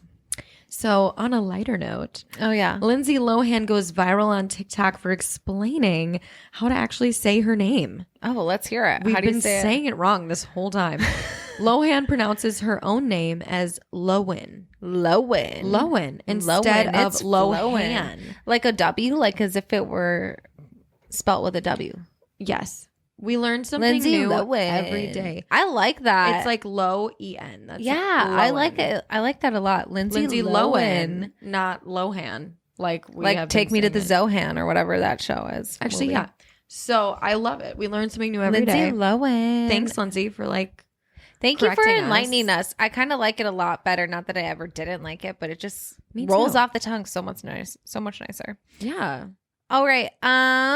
Tom Brady, his 23 days of retirement were not enough. He is getting back into it.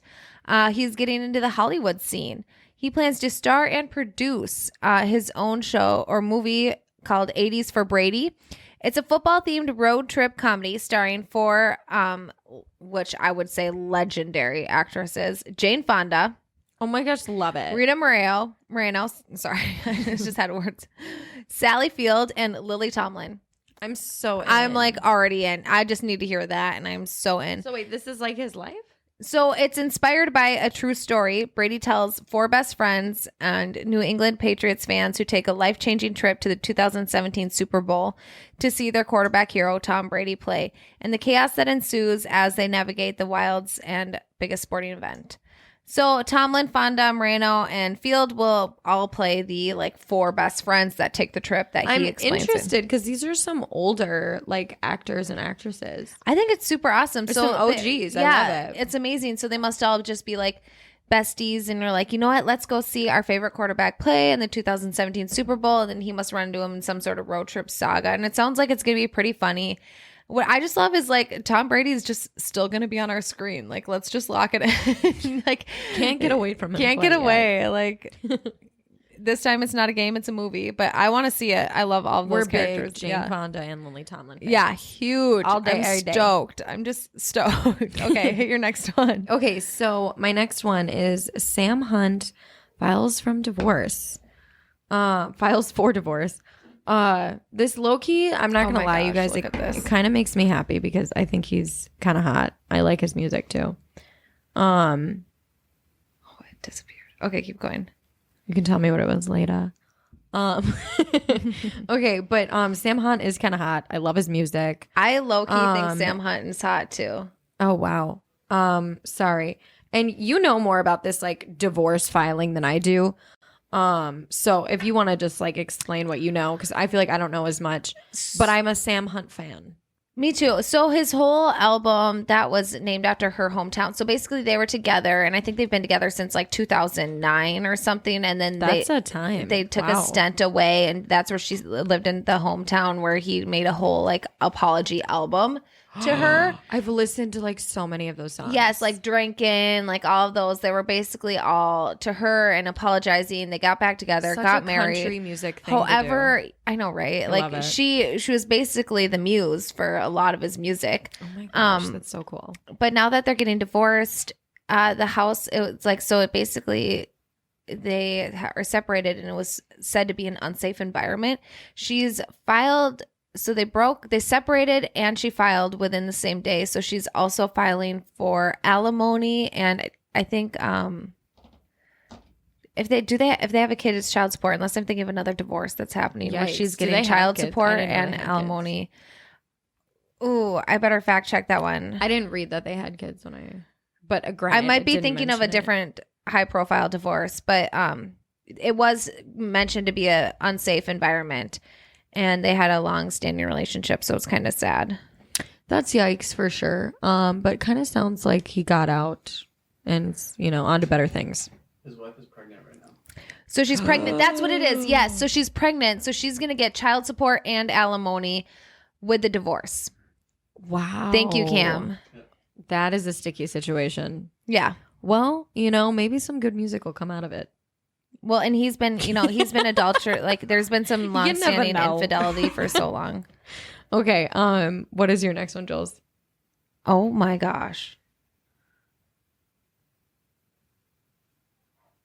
What the actual fuck? Crazy.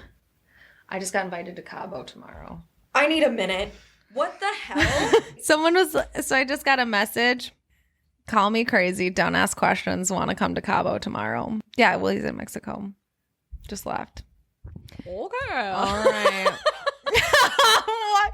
Oh, wild. All right. So on to other things. On to the next one. Sean Penn is in Ukraine making a documentary about the Russia invasion, which is considered to be a full-out war. I love Sean Penn. I know. So I he's always there. have. So he's gonna make a documentary while he's there. So it's also considered to be a full-out war. FYI, gas prices projected to rise by Tuesday. did. They already have risen, but they're supposed to be about near or above $4 coming after next They Tuesday. already rose to 4 now. No, they're like three. I just got like gas. $3.99. It's like 3.89. Well, when I did it was like $3.99. Whatever. Anyways, about We won't four. get caught up in this. About $4 next Tuesday, and by mid-March it might be up to $5. I was also researching, everyone. The cheapest day of the week to get gas is Monday. So get your gas on Monday. Really? Listen to our podcast on the way. Fuel up, pump your tires, It's the only way to do it, you guys. do gas on Monday. Because this sounds like we're in for a long haul with this gas and this war, and it's just not going to be pretty. Also, we just want to be there for like all of Ukraine right now. Sending a bunch of love, sending a bunch of blessings to everybody we know over there, and just Good luck, Ukraine. Because just know we're thinking about you guys. yeah. And hoping for the best. Okay, my next thing. Yeah. Good news. I have good news? I have You good have good news. news. I have good news. Oh, I love this news. It's fabulous news. Okay, so this is just a full-on blessing. Ben Stiller and his wife Christine Taylor are back together after almost 5 years apart, you guys. This is a triumph, if I know one. wow. Taking 5 years off, that's a big jump. Sounds like And they're love just to me. getting back to it. And, I don't think any of us could be happier. I love that. What's your next one, Jules? Okay, so Jared Leto and Anne Hathaway are the couple who are going to star in the new movie about the WeWork saga. So it's called We Crashed, and so it's kind of about that. So WeWork was a $47 million business that crashed within like 6 weeks of hitting that $47 million, or was it $1 billion? I don't know. And then it went down like crazy. Went down $39 million. And so it's a movie based on that. I've got some more details here. Sounds epic. So it was founded in 2010. WeWork was a initial public offering in 2019.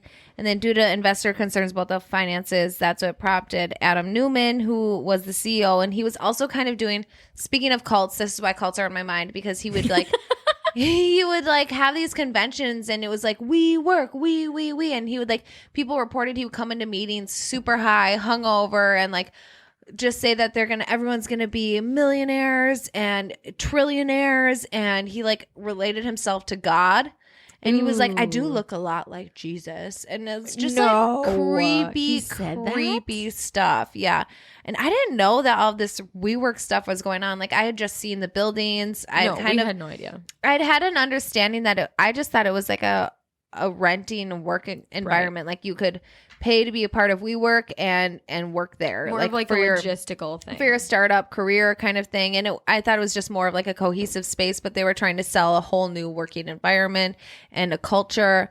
And I remember I was in an Uber with someone, we were driving by like the WeWork place in Uptown. This is pre-riots and everything. And they're like, oh my gosh, was this pre-COVID? This is pre-COVID. Yeah, this is right before. So I remember this, it all like rings, like it flags to me because of this experience. So we were in an Uber and we're driving by and I was like, that we work, like so-and-so works there. And they're like, yeah, well, she's about to lose her job next week. And I was like, what do you mean? And they're like, it's about to crash. Like it's a fraud. An inside scoop. Yeah, I had an inside scoop because someone had like heard from the investment side of things that people were pulling out, and then some bank in Japan kind of saved part of it. Obviously, it's always a bank in Japan. And Adam Newman was paid to step down. So don't worry, Adam Newman, although he's living in South America, It still has $750 million. That's the way to go. Yeah, that's the way to go. Somebody just pay me to step down. It'll Yeah, be pay fine. me to step down. Okay. I'll step. Hey, it's okay. Don't I'll get out of your way. But anyways, so part of the makers of this movie We Crashed were a heavy part of The Office. So I'm kind Love of wondering, it. and being that it's in an office Love space, it. are we gonna get a maybe new Oh my office show? Wouldn't that be gosh, awesome? I'm so in. But yeah. All right, Jen, that's all I have for my I poppin' also culture. just want to normalize. Oh, we got to talk about the season 2 coming out. Right. We're going to hit that later. I just want to normalize the fact that the Office reboot is literally the only reboot we want. Oh, for a second, I thought you were going to Can tell we me it's agree on happening. that? I was like, oh my gosh. Only how are we reboot gonna we talk want about this? and make it in the heat of COVID. What I could write the script Oh right my gosh, now. I would love to see Stanley working from home. Kevin I would- working from home, making chili. I would love to see love to see that. Dwight make everyone else wear a mask and him be like, what? You think I'm going to mask up? No way. Dwight trying to install Wi-Fi on Shroot Farms 100% trying to zoom at True Farms. with Moose or what's Mose. Mose. Mose would be holding his laptop and he'd be like, okay, everybody. Mose would be holding the antenna on the roof in the middle of a storm. Pam and Jim would just end up with 1,000,000 kids. They'd be Oh like, shoot. yeah, and then Pam's got a side hustle Etsy art business or She's something. vlogging, it's oh fine. yeah. Oh, what's Michael doing? So Michael's just trying to keep the gang together. Oh yeah. Trying to keep everybody on the payroll. Oh. Okay, let's talk about Bridgerton. Well, I was going to talk about. Oh, you still had another yeah, one. I have Sorry. another one. It's okay. I just wanted to normalize the fact that the Office reboot is the only reboot we want and need. Okay, now need that it. that's established, the Kardashian Kool-Aid I actively drink. It's fine.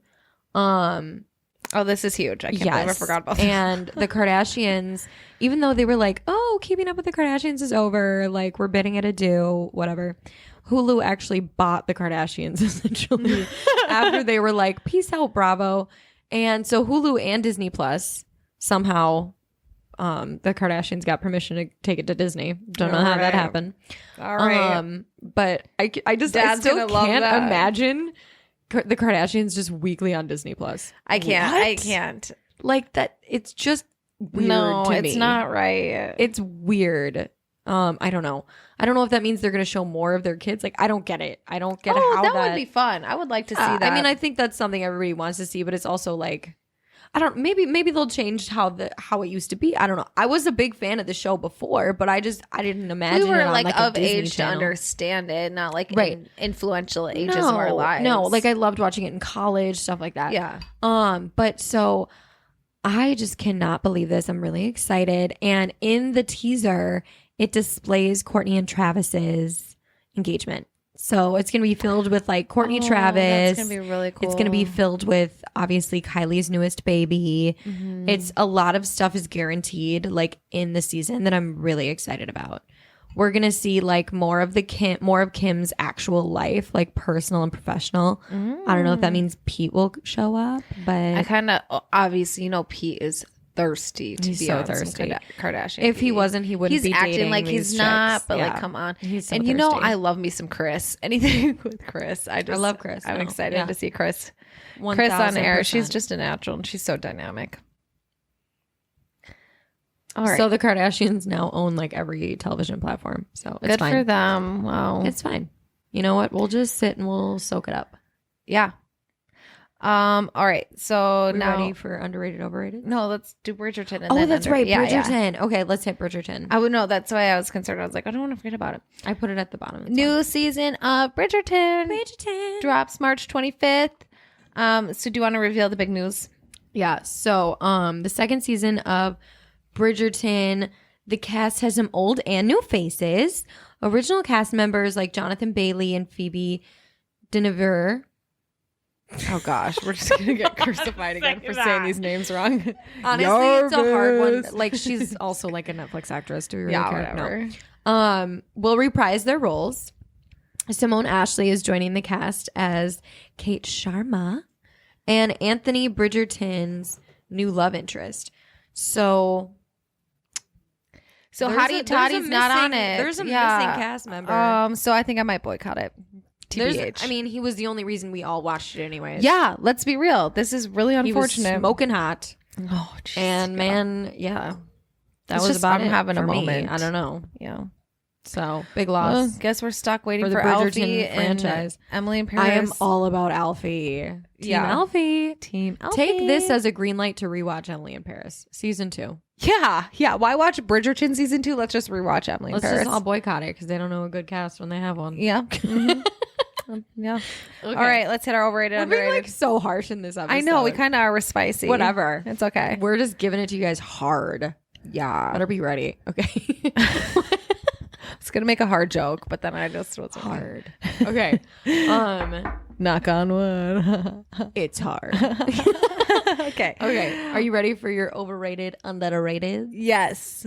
I'll go first because I Please. I You grabbed have like a a million. I Why do know you have so many? Well, because I couldn't think of any, and then I thought too many. So typical. We'll establish limits for the next time. Oh, whatever. First one's first. Kanye. Kanye. Sup, I'm Ye. Why are we only gonna say it after seeing his documentary like that? Sup, it's Ye. You're doing like a Kanye voice now. I'm doing the Julia Fox impersonation of what she said when she first met Kanye. And she goes, I'm pretty sure he just was like, I'm just smacking my lips, then pulling my hair. And she's like, I'm pretty sure he was just like, stop it, yay. And I was just like, oh my God. And I knew right there. Energy. Like, I just was addicted to his energy. And I'm just like, I did say that. yeah. Okay. Anyways, so Kanye. Obviously overrated, especially right now. Like, I feel like I have definitely drank the Kanye juice as well. Give me the Kardashian Stronger juice. was my Give me the ringtone Kanye for a solid juice. year. Yeah. Good Life, any time of day. I'll play it. I love it. Everything. Yes. His whole college like album. Like, I was so into all of it. I Mad respect loved- to his hustle. Yeah. I love Kanye. But right now, not a big fan. He just has to stabilize his meds, his life choices. He's just got to do some. He's got to get. some He's got shifting. to stabilize. Yeah. Overrated at this moment in time. Agreed. Not saying he's overrated in general, but at this moment in time, we will revisit the Ye subject. Yes, in good time. In good time. Okay, so my first one, I'm super excited about this one. Oreos. What are we thinking? Overrated, underrated? Are they double stuffed? Doesn't matter. It's all kind of Oreos. The holiday edition, the Okay, everything. underrated. The Halloween weird flavors. Halloween everything. Oreos are the goat. Love double stuffed. I love golden ones. I don't like the weird candy cane flavors, but I would say underrated. I would totally agree. I love Oreos. I also like the I don't know if you've had these, like the fluffy ones. Those are super good. Oh no, I haven't. Oh my gosh, they're bad. They're like a Hostess. Oh treat wait, yeah, I almost. have, of course. So like the good. ones we get at the gas station. Mm-hmm. Of course, yeah. I love it. I love it. I love the Christmas ones. Don't sleep on the red ones. No, but not the peppermint flavor ones or the candy cane or all those weird Ew, flavors. no, Confetti is okay. Just the red colored. It has to be double stuffed. Yeah. But I said Oreos because it's actually, I think Oreos, it's like 100-year anniversary. 101. 100. It's like I think something that's like what you that. told me I don't earlier. know. That's awesome. We'll Incredible. fact check it. We'll Cheers fact check to it. Oreos. I am super proud of you. We'll keep you around. We'll fact check it. Yeah. Is it 100 or 101? I feel like we would have seen packages that said 100 because like that would be so it's cute. 110. Oh, sheesh. So good for A them. whole decade after 100. Way to be a brand, man. Wow. Way to be a product. Shoot. Yeah. Love it. Love it. You know it's quality. Always underrated. Okay. Yeah. Yours. Overrated, underrated. Speaking of facts, Home Depot has increased sales by 40 million since 2018 due to home project renovations. Anyways, so flipping houses. Overrated. I agree. I just think too many people are doing it. I feel like it's just, yeah. I just feel like, well, and especially right now with lumber being so expensive, I would not want to get my hands up in It's that. been this expensive like ever since it started, like the COVID started, I feel like. Well, yeah, it was a part of the surges with some of that stuff. Yeah, I would say flipping houses, overrated. I just, yeah. I think projects are kind of fun here and there selectively. Right. But a whole house flip, oh yeah. Seems And I wouldn't mind intense. designing it. Just doing it would be a lot. I agree. Project by project. Okay, my next one. I think this should be an obvious answer. I just feel like we're all facing it, so it just came to mind when I came up with my group of items. But negative temperatures. Obviously overrated. They freaking suck. Yeah, they're horrible, and we're all facing it right now. Is anyone gonna like them? No. Ew, psychopaths. Okay, speaking of what we're facing upcoming with this weekend, live music. Obviously underrated. Love it. We're going to a concert on Saturday. Right. Top. Did we even talk about what we did last weekend? No, I think we forgot. We totally forgot. Whatever. It was fun. It was super fun. We had a good time. Cam had a great time. All right. Is it your turn or is it my turn? Live music was mine. Okay. My last one is Real Housewives. We touched on our bitches last episode that we love so much. Jules, what do you think? Am I ready? Underrated. I think they're incredible. Like the more we get into it, the more we love it. They At are first, so amazing. We only watched Beverly Hills in New York. Now we're up on Miami, New Jersey. Still just Beverly Hills in New York. I'm missing New York, but yeah, I would say I think this is so we funny touch on Atlanta. that you're just like, this is like a we thing. When I started with Orange County in high school. Okay. Are we talking to like I turned here and all my there's boyfriends, I turned them all to the Housewives. She turned me. And I turned you. Oh I my did. gosh, yeah. One time I've turned college roommates to the Housewives. I've done it all, you guys. If you know me, you'll probably be watching Housewives. Oh my gosh. Do you remember the time I visited Jenna for college or in college This is such a good story. And we It had was homecoming. It was homecoming and I'm visiting her and we obviously have like a full docket of things to do. But as we've mentioned before, we love to watch TV together and we were like, oh my gosh, we have an entire season of Housewives of New York. It was season 10 to get through in this weekend. And I'll let you take it from there. I'm distracted because you're so I'm holding it from when I did the Julianne Fox impersonation with her got it. jewel. You were in character. It's Yeah, fine. I was in character. And Okay, I've just been playing with it So we were at like a house party and we were about to leave. And then this guy that we were friends with was like, oh, shoot, guys, like, can I just like hop in your cab or whatever? And we were like, sure. Because obviously my college town was too small. We didn't have Ubers. And so we hop in the cab and he's like, oh, just drop me off at like my buddy's apartment. Like, I'll call him. He'll unlock it. We're like, okay, no problem. So he's like, just stay in the car just in case. And we're like, okay. So we try to drop him off. He cannot get into the apartment. Mind you, I'm living in a like college campus. Like my place is like a college campus apartment. Yeah. So her room Very was small. like very, very small. Twin bed. Like you guys know the life. Yeah. Like Jen and I are sleeping in this extra long twin bed. So he essentially hops back in the cab and is like, can I just stay like on your couch? And I'm like, sure, whatever. So he sleeps on the floor of Jenna's room and we're like, one thing.